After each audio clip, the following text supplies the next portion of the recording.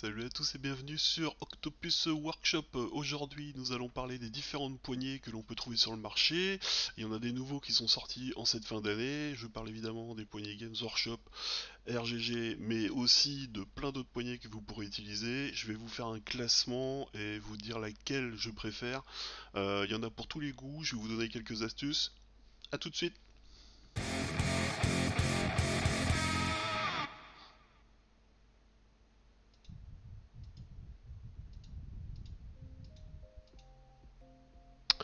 Ok, donc c'est parti, je vais donc commenter ma petite vidéo. Alors on va commencer par le plus simple, le moins cher et le plus culte. On va commencer par les bouchons.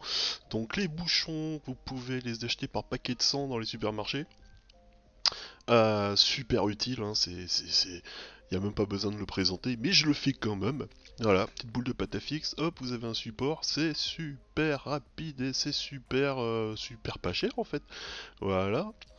Donc ensuite l'idée c'est que c'est quand même polyvalent, vous pouvez en faire ce que vous voulez, vous pouvez le tailler, vous pouvez lui donner des formes même, vous pouvez le tailler en biseau par exemple pour pouvoir mettre des... Ah, vous me comprenez. Voilà. Donc ensuite petit cure-dent, voilà, pareil toujours.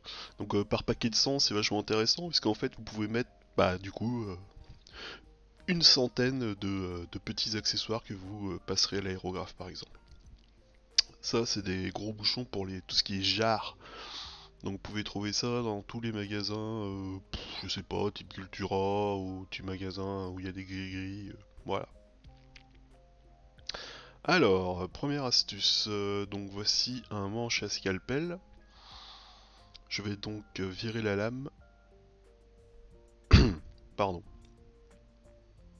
Je vire la lame, je garde le manche. Donc l'avantage c'est que c'est léger, qu'on peut y adapter pas mal de petites choses. Et là je vais y adapter une tige de 0,8 mm.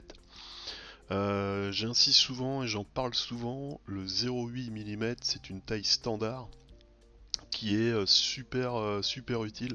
Ça correspond au trombone Maped par exemple. Vous utilisez une perceuse Dremel par exemple, vous mettez un foret de 0,8, ça sert également à forer les bolters. Tout ce qui est bolter à 40 c'est la bonne taille. Donc là vous voyez, je mets une petite figurine de Nurgling au bout de mon support. Super pratique, pour les tout petits éléments c'est vachement bien. Donc ce coup-ci j'utilise un mandrin, voilà, une perceuse à main si vous préférez. Excusez-moi. J'y ai donc enlevé le foret et je vais faire exactement comme pour le support à scalpel. Je vais y ajouter une petite tige. Voilà. Donc l'avantage du foret à main, c'est que il a une base en fait qui permet de tenir debout. Voilà. Donc là j'y ai mis une petite tige avec un petit crâne qui vient d'un ogroïde Warcry. Voilà voilà. Alors, cette poignée-là, c'est déjà autre chose. Donc, c'est une poignée multi-usage, très connue dans le milieu de la grande figurine. Enfin, ce que j'appelle grande figurine, c'est tout ce qui est figurine historique, fantastique, grand format, qui ne sont pas faites pour le jeu. C'est aussi pas mal utilisé en sculpture comme support.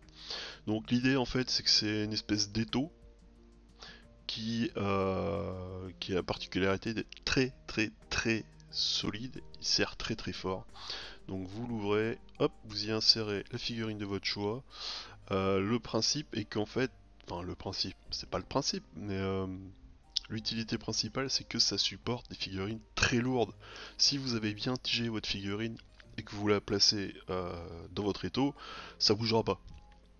Donc là au passage c'était un cochon de chez Le Bed Model, vachement classe. Donc ici je me retrouve avec un Cétan Nightbringer qui est très lourd, qui est en plomb. Alors je vais utiliser la deuxième fonction de cette poignée. La poignée est fournie en général avec quatre petits clous, petits assaut de métal en fait que vous pouvez mettre sur la poignée comme vous le voyez dans les trous de toutes sortes de formes possibles et imaginables. L'idée en fait c'est qu'en serrant l'étau, ça va serrer la base de votre figurine. Alors là je fais quand même assez gaffe parce qu'en fait le socle est en plastique. Si je serre vraiment trop fort, je vais défoncer le socle. En tout cas ça va l'abîmer. Voilà, donc je fais attention, je serre fort mais pas trop. Et voilà, ça tient. Donc là c'est pareil, je le fais pas parce que parce que je suis pas un ouf, mais vous pouvez secouer, hein, ça partira pas. C'est super bien, c'est un outil quasi, enfin pour moi c'est un indispensable en fait. Pour tout ce qui est grosses pièces et pièces en métal très lourdes, voilà, je n'utilise que cette poignée là.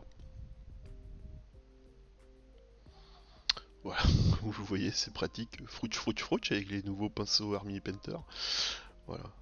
Alors ça pèse son poids, et c'est le prix de la solidité.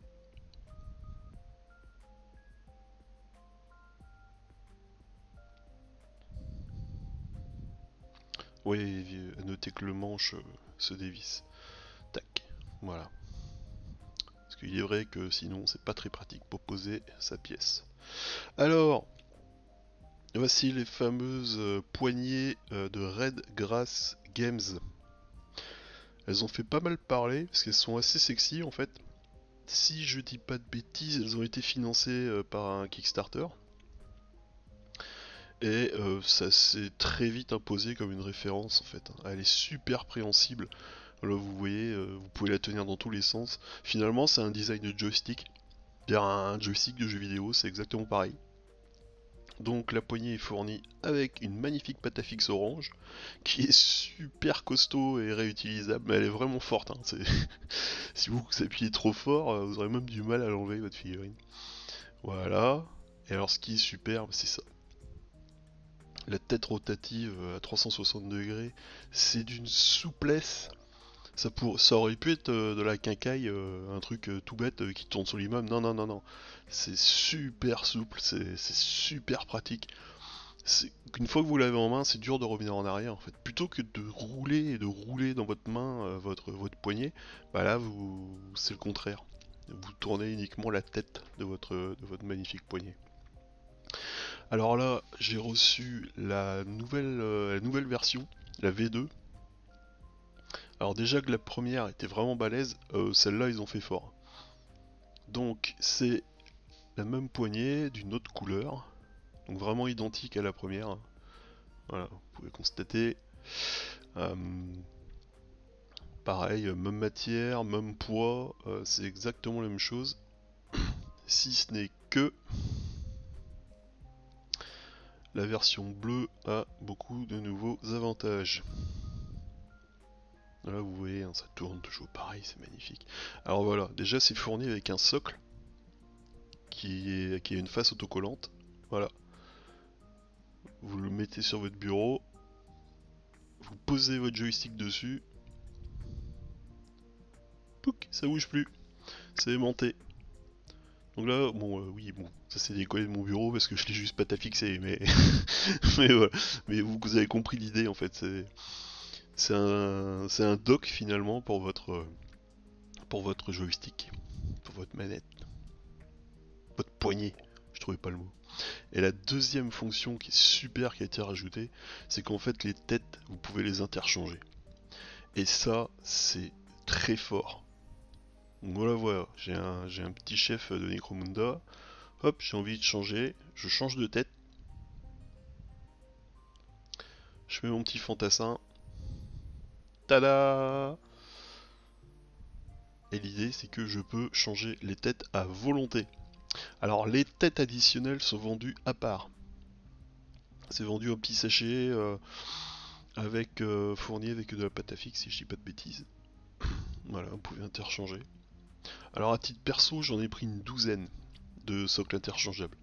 Pourquoi? Parce qu'une douzaine, ça correspond, on va dire, à tout ce qui est bande de Mordem, bande de Necromunda, bande de Blood Bowl, bande de Warcry, tout ce qui est jeu d'escarmouche, c'est super pratique d'avoir en fait toute sa bande montée sur des socles comme ça qui sont interchangeables sur votre poignet. C'est un plus, c'est un énorme plus.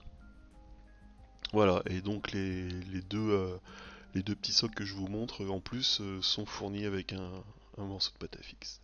Ah, voici la nouvelle poignée Games Workshop, celle que tout le monde attendait, avec sa forme légèrement ambiguë. Bah, je peux vous dire que j'ai pas été déçu, hein. C'est zéro.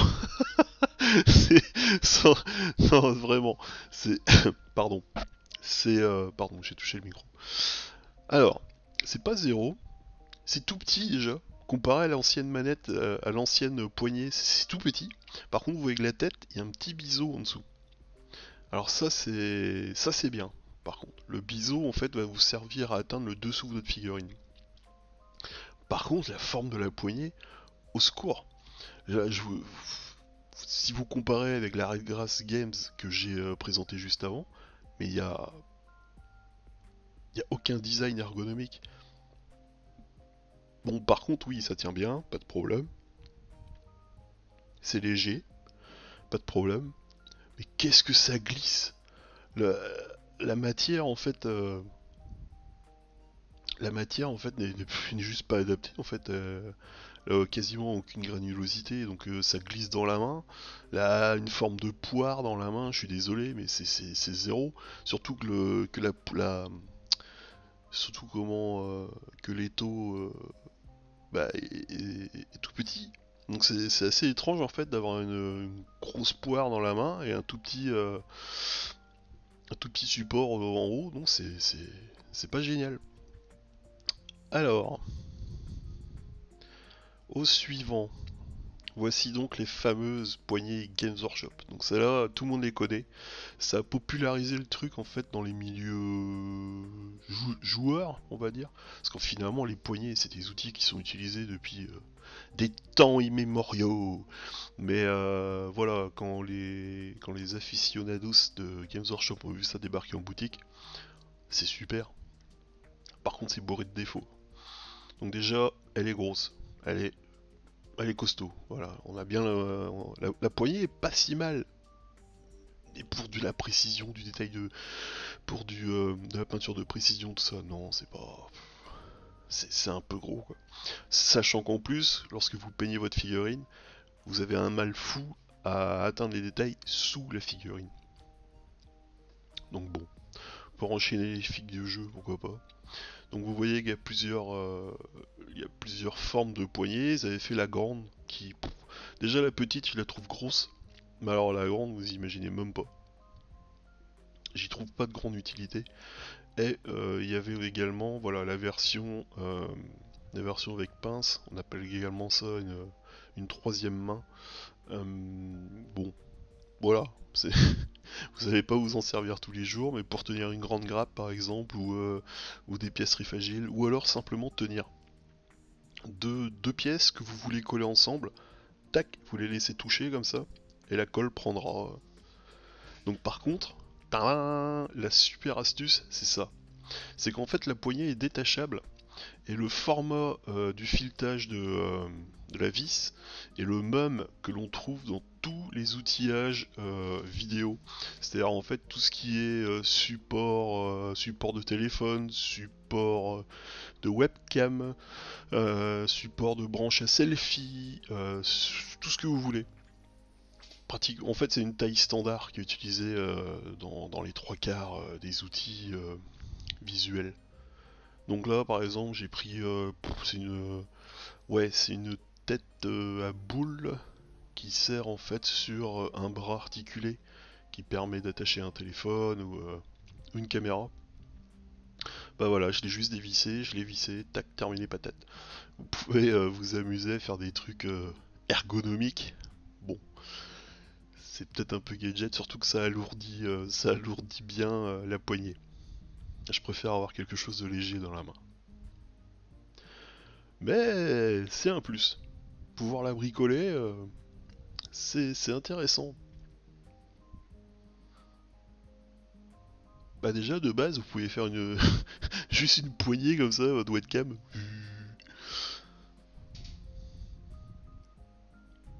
Ouais, c'est le seul avantage je pense de cette poignée finalement. Alors voilà. Donc je vous ai présenté ça, mais il y a d'autres choses. Il y a des poignées faites main qu'on trouve souvent sur les salons à pas très cher. C'est juste deux tasseaux en bois, tac, qui se serrent avec une vis. Voilà, ça fait un petit étau et c'est super pratique. Autrement, par exemple, la poignée Redgrass Games, euh, voilà, vous pouvez aussi bien prendre un tube de poivre Ducros. Ce sera à peu près la même, le même style de poignée, vous mettez un bout de pâte à fixe, voilà, vous l'avez votre poignée. Bon, c'est sûr, elle aura pas le manche 360 degrés, mais bon. Donc, dans tout ce que je vous ai présenté, à mes yeux, il faut voilà, avoir celle-ci. Pour les gros modèles, les modèles en plomb, les modèles de collection, voilà. Les bouchons, bah oui, les bouchons, faut toujours en avoir, ça sert à tout les bouchons. En plus, là en ce moment, c'est le Beaujolais nouveau, là vous allez cartonner, faut les garder. A noter que quand votre bouchon il a bien vieilli, vous avez des morceaux de colle dessus partout, démontez-le, vous le déchirez, vous le cassez, vous récupérez des petits bouts de liège que vous pouvez utiliser pour vos socles. Donc voilà, la poignée Red Grass Games, donc je vous cache pas que c'est celle que je préfère, je pense que vous l'avez compris, la grosse poignée Games Workshop. Oh là là. Non, par contre voilà, je pense qu'avec le temps, finalement ce qui va intéresser les gens c'est ça. Ouais, on pourra faire plein de choses avec ces poignées. Voilà. Voilà, la vieille poignée Redgrass, que du coup, au niveau confort, c'est exactement la même que la nouvelle. Sauf que la nouvelle est une poignée qui coûte environ 13 euros, avec le petit support, etc. Ça coûte dans les environ 20 euros, et ça coûte, j'ai presque envie de dire zéro, hein. Ça s'achète par paquet entier dans les supermarchés, voilà.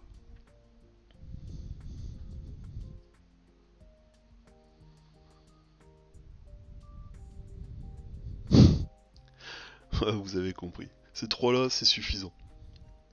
Pour 15 balles, vous avez une super poignée. Et voilà, c'est tout pour aujourd'hui. J'espère que ça vous sera utile. C'est sans doute un des accessoires les plus intéressants. Il y a plein d'autres choses dont vous n'avez pas besoin, mais une bonne poignée, j'avoue que c'est vraiment sympa. Voilà. Bon, alors sur ce, je vous dis à plus tard. N'hésitez pas à vous enregistrer, à partager. Faites un petit tour sur Tipeee pour regarder une petite vidéo. C'est toujours sympa. Et je vous dis à la prochaine. Salut!